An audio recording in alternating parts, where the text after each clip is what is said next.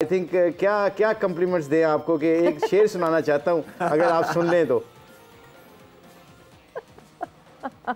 सुना दूं? नहीं आप सारे हो कि मुश्किल भाई आप तो रौनक है ना इस प्रोग्राम की जान है। फिर अता और रमान साहब भी आए हुए हैं इंग्लैंड से। वेलकम बैक अता। और खास तौर पे शायद भाई की आज जो रेड सॉक्स है ना वो बहुत ही जबरदस्त लग रही है, अलग ही लग रही है, खतरे की घंटी लग रही है। नहीं अब वो खतरे की घंटी नहीं बजती ना। तो मुशी भाई एक शेर सुनाना चाह रहे हैं लाला। और नहीं अब ये शेर उस वक्त मोमेंटम था। मैं जब भी आप नजर आते हो ना तो मुझे एक शेर याद आ जाता है, जैसे जोर के जोड़ की ये जो टीम है, ये तो आपका अपना प्रोग्राम है, सबको पता है इस चीज़ का, मगर आपको जब भी देखते ना काफ़ी देर बाद तो एक शेर याद आता है मुझे, वो मैं आपको सुनाना चाहता हूँ। वो आपने पहले कभी नहीं सुना होगा। हमने देखा है चिरागों को हिफाजत के लिए हमने देखा है चिरागों को हिफाजत के लिए बुझते बुझते हवाओं से उलझ जाते हैं।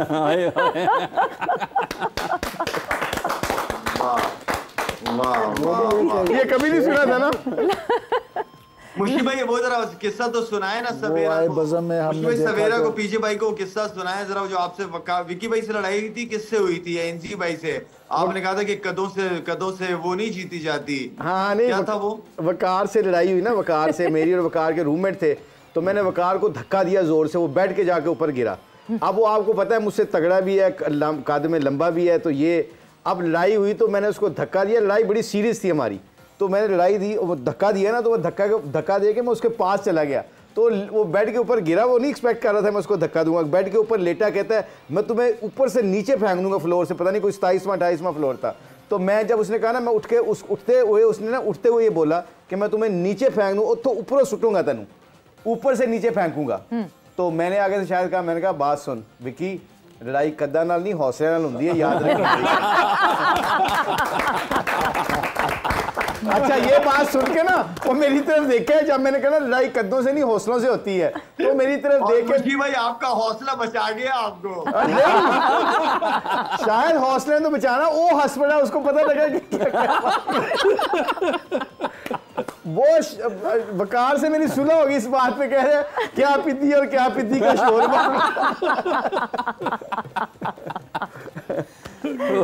देखो शायद आया तो रौनक लग गई है। कितने मजे मजे की ये बातें, और कितने मतलब मैं सोचती हूँ कि आप लोग जब साथ टूर पे होते होंगे आप लोग कितना एंजॉय करते हैं। बहुत एंजॉय किया हमने। ये एक बस जो आजकल लड़कों बेचारों को थोड़ा सा प्रॉब्लम है ना, ये सोशल मीडिया की वजह से। मुश्किल भाई ज्यादा करते थे। नाम मेरा ही चलता था वैसे। नाम शायद मैं मेरा ही चलता था। हम तो सिर्फ मुशी भाई को देख के खुश होते थे, मुशी भाई एंजॉय करते थे। देखो शायद आया तो रौनक के लग गई ना। शायद what do you think about this PSL now? आपने मैचेस देखे हैं कुछ? मैचेस देखे? भाई हक तो बनता मुल्तान सुल्तान के, जिस तरह की क्रिकेट वो खेल रही है। हाँ जी, एक कुछ आप देखें। और पिशावर, मेरे ख्याल में पिशावर और मुल्तान सुल्तान ही नजर आती है फाइनल में। पिशावर को मैं समझता हूँ कि जो ये अफगानी प्लेयर नवीन लास्ट मैच नहीं खेला या चला गया अपनी इंटरनेशनल ड्यूटी पे, नेशनल ड्यूटी पे, तो वो एक फर्क, बहुत बड़ा फर्क पड़ेगा, क्योंकि नवीन इस वक्त और जिस तरह की कराची की कंडीशन पिचेस है, मेरे ख्याल में इससे अच्छी बॉलिंग ये और कोई नहीं कर सकता। और काफी अरसे से पूरी दुनिया में ये लीगें खेल रहा है ये लड़का, एक्सपीरियंस बहुत ज्यादा है, किसी भी टीम के लिए खेलता है। 4 ओवर बहुत इंपॉर्टेंट होते हैं इसके। शायद ये मुझे लगता है Peshawar जर्मी not missing a trick. मुझे लगता है कि वो तैयब को नहीं खिला रहे, वो जो लेग स्पिनर आरिफ याकूब को नहीं खिला रहे, क्योंकि यहाँ पे कराची में स्पिन हो रहा है। उसामा मीर का दूसरी इनिंग में भी स्पिन हो रहा था। तो आई थिंक लेग स्पिनर और मेहरान को अगर टारगेट करें, 5 जेन्युइन बॉलर के साथ जाए, तो फिर इनके पास चांस नहीं बनेगा जितना कि इनकी बैटिंग है। मुशी भाई कराची की कंडीशन में जिसके पास अच्छे स्पिनर्स हैं, दो भी बहुत हैं। मेरे ख्याल में वो टीम किसी को आगे नहीं लगने देगी। स्पिनर्स का रोल बहुत इंपॉर्टेंट है। ये पिच जो है वो दूसरे पिचेस से थोड़ी सी डिफरेंट है, और यहाँ पे अच्छा बॉलर्स को ग्रिप बहुत अच्छा मिल रहा है। तो यहाँ पे अगर आप उसामा की बात करें इस पूरी लीग के अंदर, तो मेरे ख्याल में उसामा जो इस वक्त सबसे ज्यादा विकेट उसी लड़के ने लिया, और खासतौर पे ये कंडीशन बहुत ज्यादा सूट करती है जो कराची में इस वक्त। बिल्कुल, और वो बहुत प्रॉम्प्टली ही is been performing on and on. Osama जो है वो आपको उस तरह परफॉर्म करते हुए दिख रहे हैं। बट लाला, आज इस्लामाबाद यूनाइटेड और कोयटा ग्लैडिएटर्स आमने सामने होंगी, इन दोनों टीम से क्या एक्सपेक्ट करते हैं आप? तो मेरा कोयटा ने जिस तरह शुरू किए थे मैचेस, हमारी एक्सपेक्टेशन बहुत ज्यादा बढ़ गई थी कोयटा से, लेकिन बीच में ऐसे ऐसे परफॉर्मेंसेस उनकी रही कि बिल्कुल हैरान रह गए थे हम लोग, या आई मीन के इनके बैट्समैन या इनके बॉलर कर क्या रहे हैं। तो आई मीन जिस तरह लीग शुरू की उन्होंने, उस हिसाब से तो अच्छे लग रहे थे, बल्कि फेवरेट में से नजर आ रहे थे कि क्या पता फाइनल तक ये टीम जो है वो केपेबल है पहुंचने की। और देन इस्लामाबाद से भी आई मीन के लास्ट 2 साल से इस्लामाबाद वो इस्लामाबाद नजर नहीं आ रही जो आनी चाहिए। अब लेट्स सी, ये जो मैच है इंपॉर्टेंट है, दोनों टीमें एक ही, मुझे कुछ ज्यादा फर्क नजर नहीं आ रहा दोनों टीमों के अंदर। और क्योंकि जो ओपनर्स मुनरो और हिल्स जो एक्सपेक्टेशन थी वो नजर नहीं आ रही।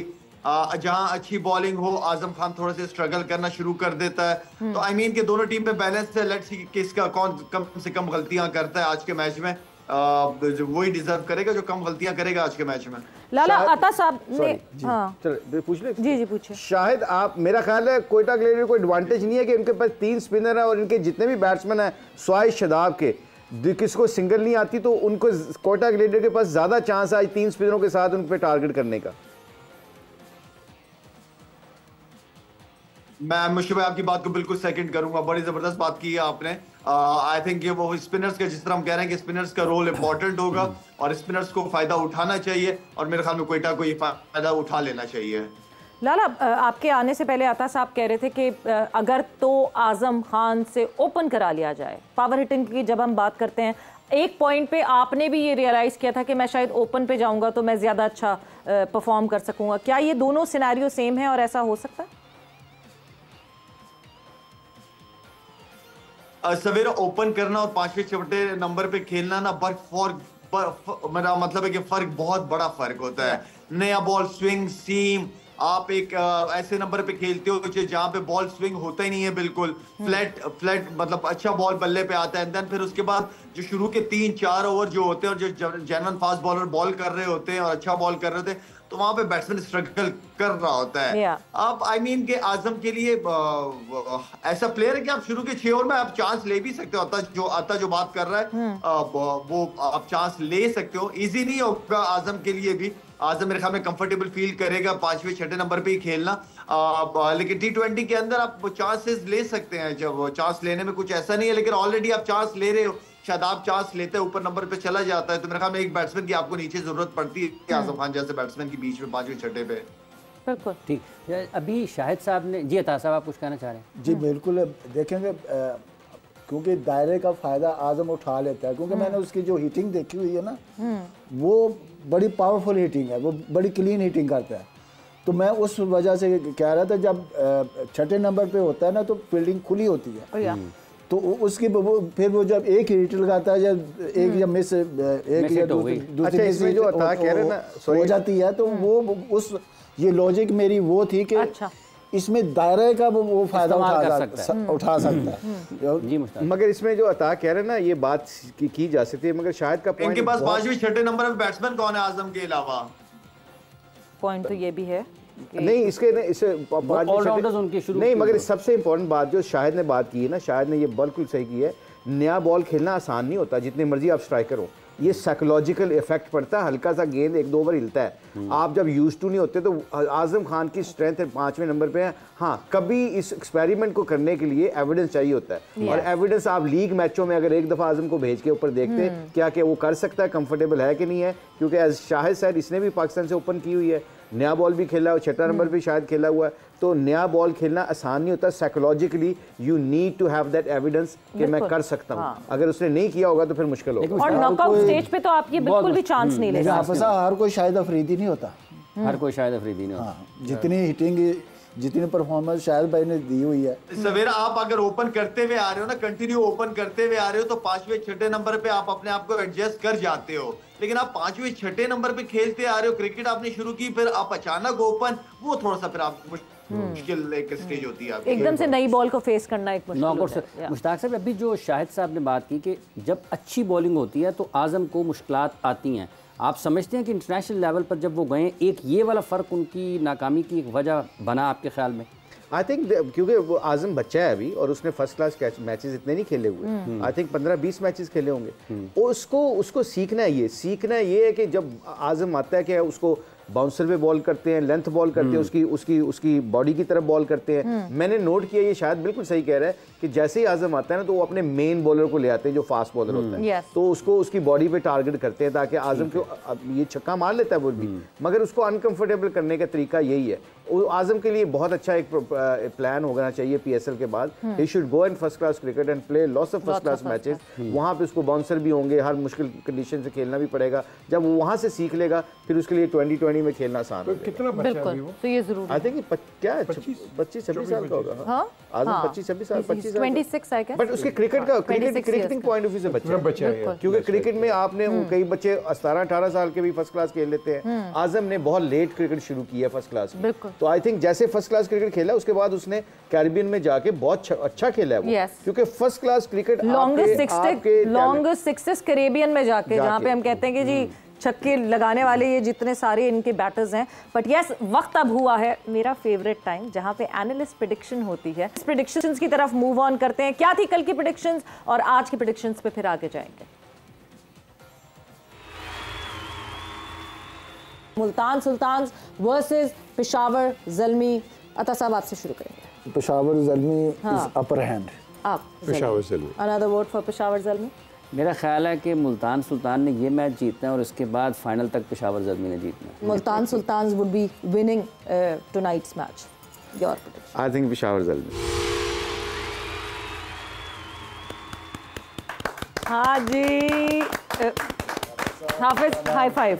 हाँ जी तो जनाब यस, मुल्तान सुल्तान जो है वो फाइनलिस्ट बनी पहली PSL 9 की।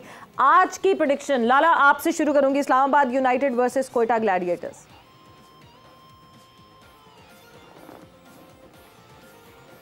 मैं जी कोयटा के साथ जाऊंगा। ओके जी, कोयटा ग्लैडिएटर्स। आपकी? जी मैं इस्लामाबाद यूनाइटेड। ठीक है जी, इस्लामाबाद यूनाइटेड। आपकी प्रेडिक्शन? अब मैं एंड पे नहीं वेट करूंगा, मैं शाहिद के साथ हूँ। शायद जो कहेगा वैसे ही करूँगा। कोयटा ग्लैडिएटर्स। ठीक है जी। पीजे मीर साहब?